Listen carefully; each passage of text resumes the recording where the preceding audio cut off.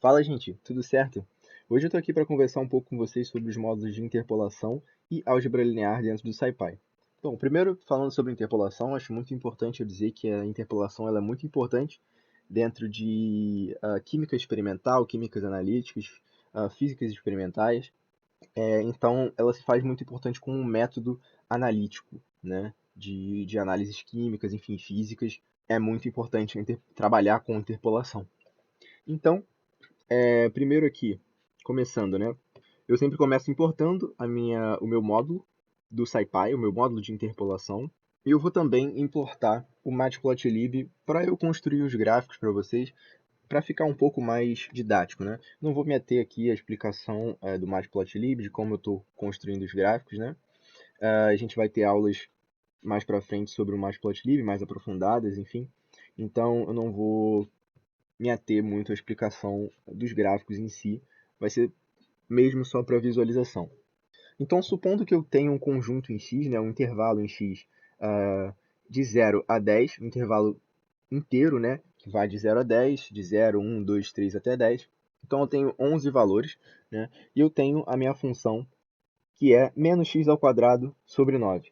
E eu quero interpolar essa função, descobrir uma curva que passa por esses pontos. Então, eu vou plotar esses pontos para a gente conversar um pouco sobre como a gente pode fazer isso. Bom, esses são os pontos, então como a gente poderia interpolar esses pontos? A forma mais fácil de interpolar esses pontos é criando uma reta entre eles. A gente consegue fazer isso com essa primeira forma de interpolação que eu vou mostrar aqui para vocês. Como a gente consegue fazer isso? Usando essa sintaxe aqui.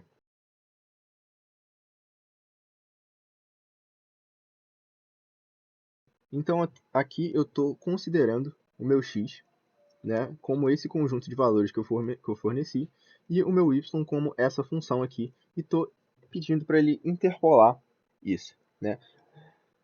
Primeiro, para visualizar esse gráfico, para visualizar essa interpolação, o que eu vou fazer?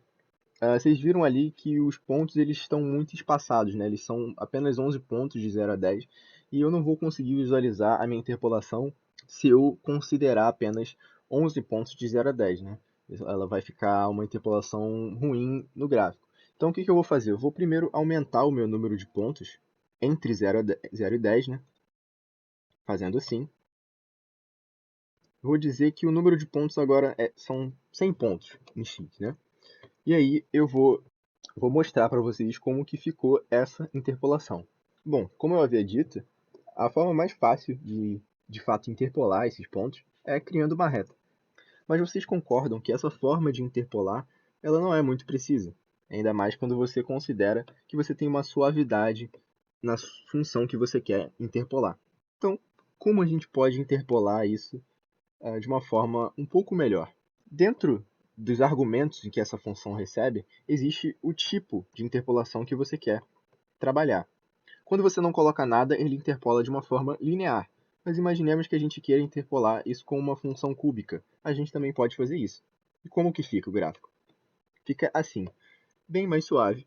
Né? Essa interpolação fica mais suave e faz mais sentido para os nossos propósitos. Ela com certeza vai passar melhor pelos meus pontos, né? O r quadrado da minha curva vai estar melhor.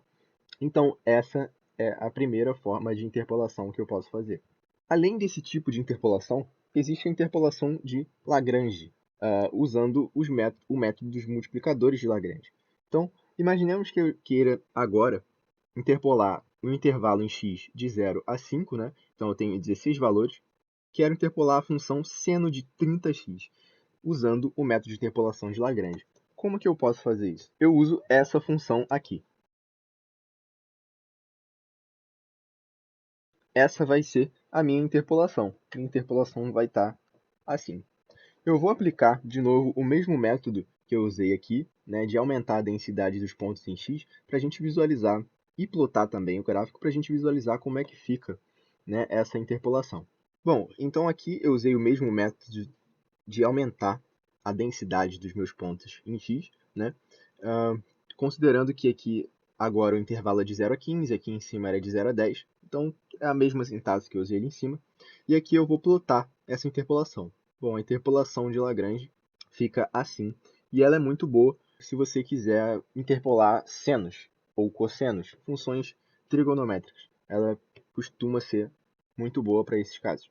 Além desses dois outros tipos de interpolação, existe outra interpolação que usa o método de aproximação por polinômio de Taylor. Ele é um pouco diferente em relação aos argumentos que essa função recebe. É um pouco diferente das outras duas que eu já apresentei. Mas diferente como? Imaginemos que eu queira interpolar um intervalo em x. O meu x eu quero que vá de menos 10 até 10. E aqui eu já vou colocar uma densidade alta de pontos. Vou colocar 100 pontos de menos 10 a 10. Né? Para eu já plotar, não plotar os pontos, para eu plotar já a minha curva. Para eu ver como é que a minha curva vai ficar. E eu quero interpolar o seno de x. Né? Eu quero interpolar o seno de x. Como que eu vou fazer isso? Eu vou armazenar aqui dentro dessa variável seno underline Taylor, e eu uso essa sintaxe aqui. Essa aqui. Essa sintaxe enorme. E os argumentos, como eu disse, vão ser diferentes. O primeiro argumento que essa função vai receber vai ser o tipo de função que eu quero interpolar. No meu caso, vai ser o seno.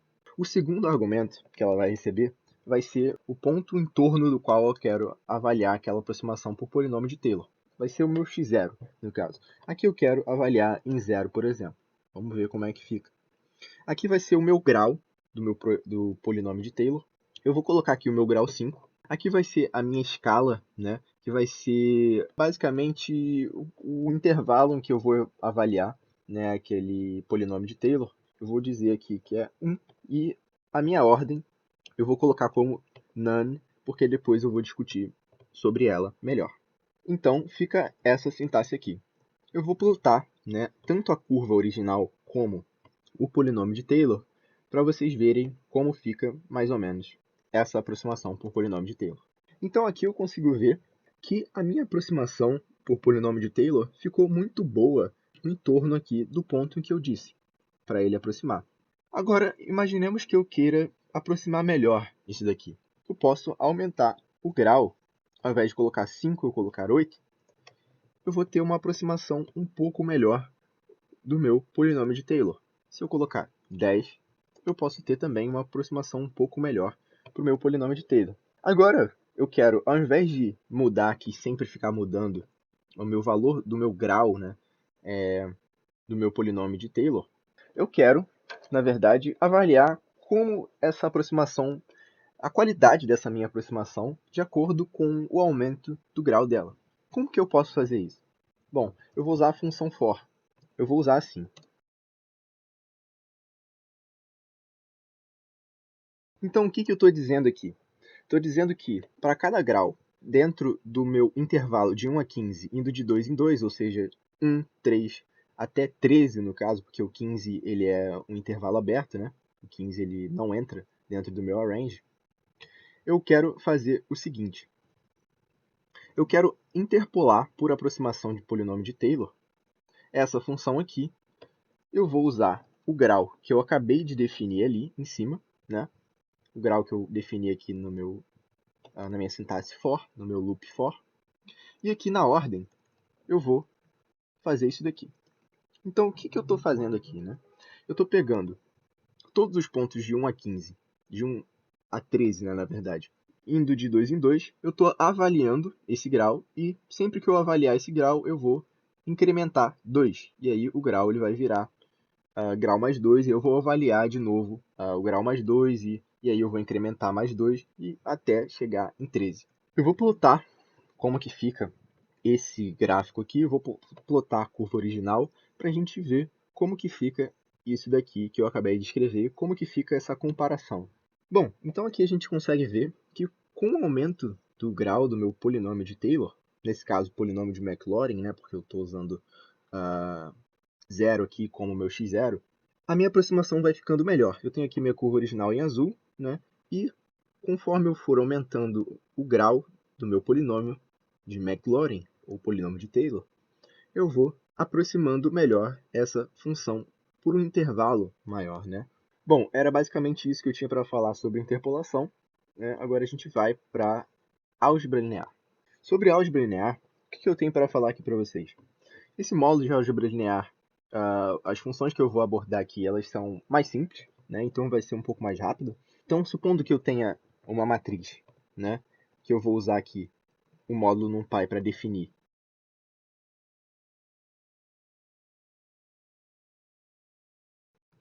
Supondo que eu tenho uma matriz 3 por 3, né? Dessa forma aqui. E eu quero achar a inversa dessa matriz. Bom, eu vou chamar essa matriz de A, armazenar ela em A, e eu vou usar a seguinte sintaxe. Bom, essa aqui vai ser a matriz inversa de A. Agora, supondo que eu queira, na verdade, pegar essa matriz e resolver o sistema homogêneo associado a ela. Ou seja, descobrir qual que é o núcleo dessa matriz. Como que eu posso fazer isso? Eu vou definir primeiro o lado direito da minha matriz e vou chamar de B, por exemplo. O meu lado direito, né, vai ser, como eu quero resolver o sistema homogêneo, vai ser um lado direito cheio de zeros. Então vai ser esse lado direito aqui, eu vou apenas printar ele aqui para vocês verem. Vai ser esse lado direito aqui. Como eu posso resolver esse sistema linear? Eu vou usar essa sintaxe aqui. Solve. Eu vou citar a matriz A e depois o lado direito B. O que eu consigo ver a partir disso? Consigo ver que a solução do meu sistema linear é 0, 0, 0, 0. Ou seja, o núcleo da minha matriz tem dimensão 0.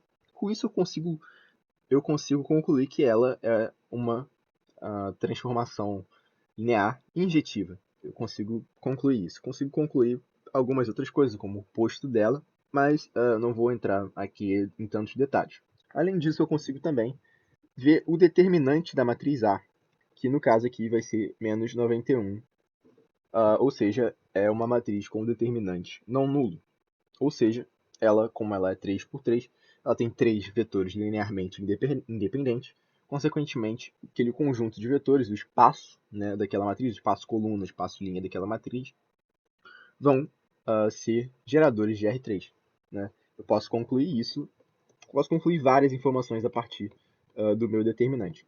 Bom, e apenas citando, né, o módulo de álgebra linear do SciPy também te permite resolver problemas de autovetores e autovalores. Com essa sintaxe, eu uso essa sintaxe aqui.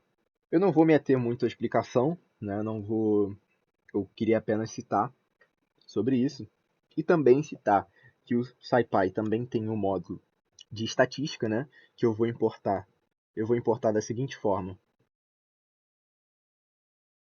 Então, é esse módulo aqui de estatística, né? Que te permite fazer várias coisas, como achar o desvio padrão, tratar aqueles dados de uma certa forma, e é um módulo muito interessante. Por isso, eu queria citar aqui, falar aqui com vocês, que é muito importante vocês darem uma olhada na documentação do SciPy, documentação dos módulos que vocês estão trabalhando. Né? É muito importante mesmo, assim.